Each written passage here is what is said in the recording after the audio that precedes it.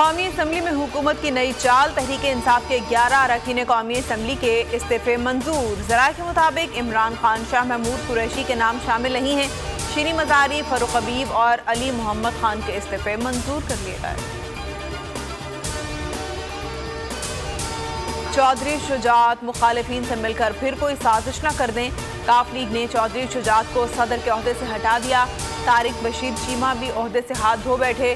Senator کامل علی آغا نے کہا، چودھری شجاعت کو صحت کی خرابی کی وجہ سے الگ کیا گیا۔ طارق بشیر چیمہ سازشوں میں مصروف تھے، انہیں اس لیے فارغ کیا گیا۔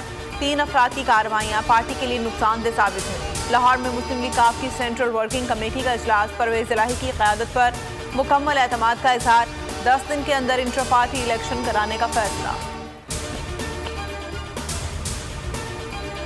حکومت اور اتحادیوں نے سپریم کورٹ کے خلاف محاذ کھول لیا۔ آرٹیکل 63(1) کی تشریح کے لیے صدارتی ریفرنس سپریم کورٹ بھجوایا جائے۔ فضل الرحمان نے کہا ہے، حالیہ عدالتی فیصلے سے شدید سیاسی بحران پیدا ہوا جو معاشی بحران کا باعث بن رہا ہے۔ آرٹیکل 63(1) کی تشریح میں الگ الگ معیار سامنے آیا ہے۔ الیکشن اپنے وقت پر ہوں گے۔ مریم نواز نے کہا، اگر وزرائے اعلیٰ عدالتوں کے مقرر کرنے ہیں تو پارلیمنٹ کو تالے لگا دیں۔ اس وقت پارٹی ہیڈ کی اہمیت ہوتی تھی، اب پارلیمانی پارٹی کی ہو گئی ہے۔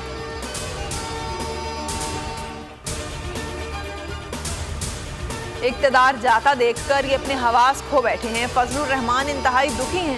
فواد چودھری کا رد عمل، کہا، یہ اقتدار کی ہوس میں ڈوبے ہوئے لوگ ہیں، مدت پوری کرنے کا اختیار ان کے پاس نہیں ہے، یہ تو اپنی حکومتوں کو بچا ہی نہیں سکے۔ مولانا کی گفتگو سے لگا کہیں وہ رونا نہ شروع کر دیں۔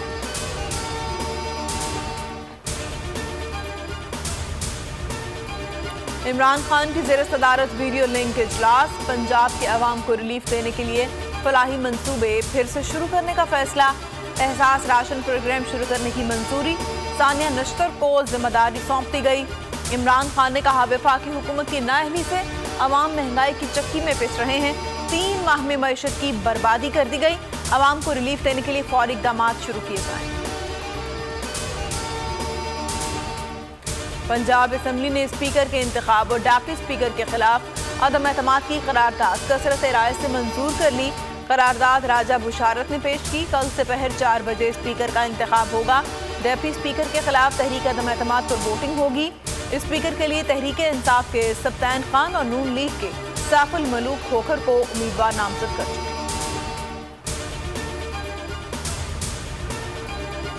پنجاب کے معاملے پر عدلیہ پر تنقید کیوں؟ شاہ محمود قریشی اتحادی حکومت پر برس پڑے، کہا، رانا ثناء اللہ نے جو دھمکی دی وہ ڈپریشن کی نشانی ہے۔ ان کی باتوں سے ان کی گھبراہٹ کا اندازہ ہو رہا ہے۔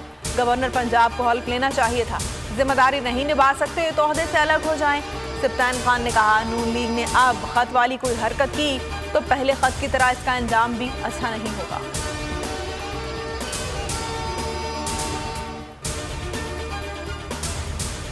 اور وزیراعظم شہباز شریف الیکشن کمیشن پر دباؤ ڈالنے میں مصروف، فورن فنڈنگ کیس بہترین مثال ہے، کیسے لاڈلے کو تحفظ دیا گیا۔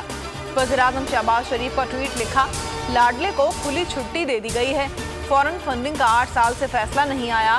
رانا ثناء اللہ نے کہا، الیکشن کمیشن فورن فنڈنگ کیس کا فیصلہ کیوں نہیں سنا رہا، فیصلہ فوری سنایا جائے۔ الزام عائد کیا کہ عمران خان کو فنڈنگ کرنے والوں کا تعلق بھارت اور اسرائیل سے ہے۔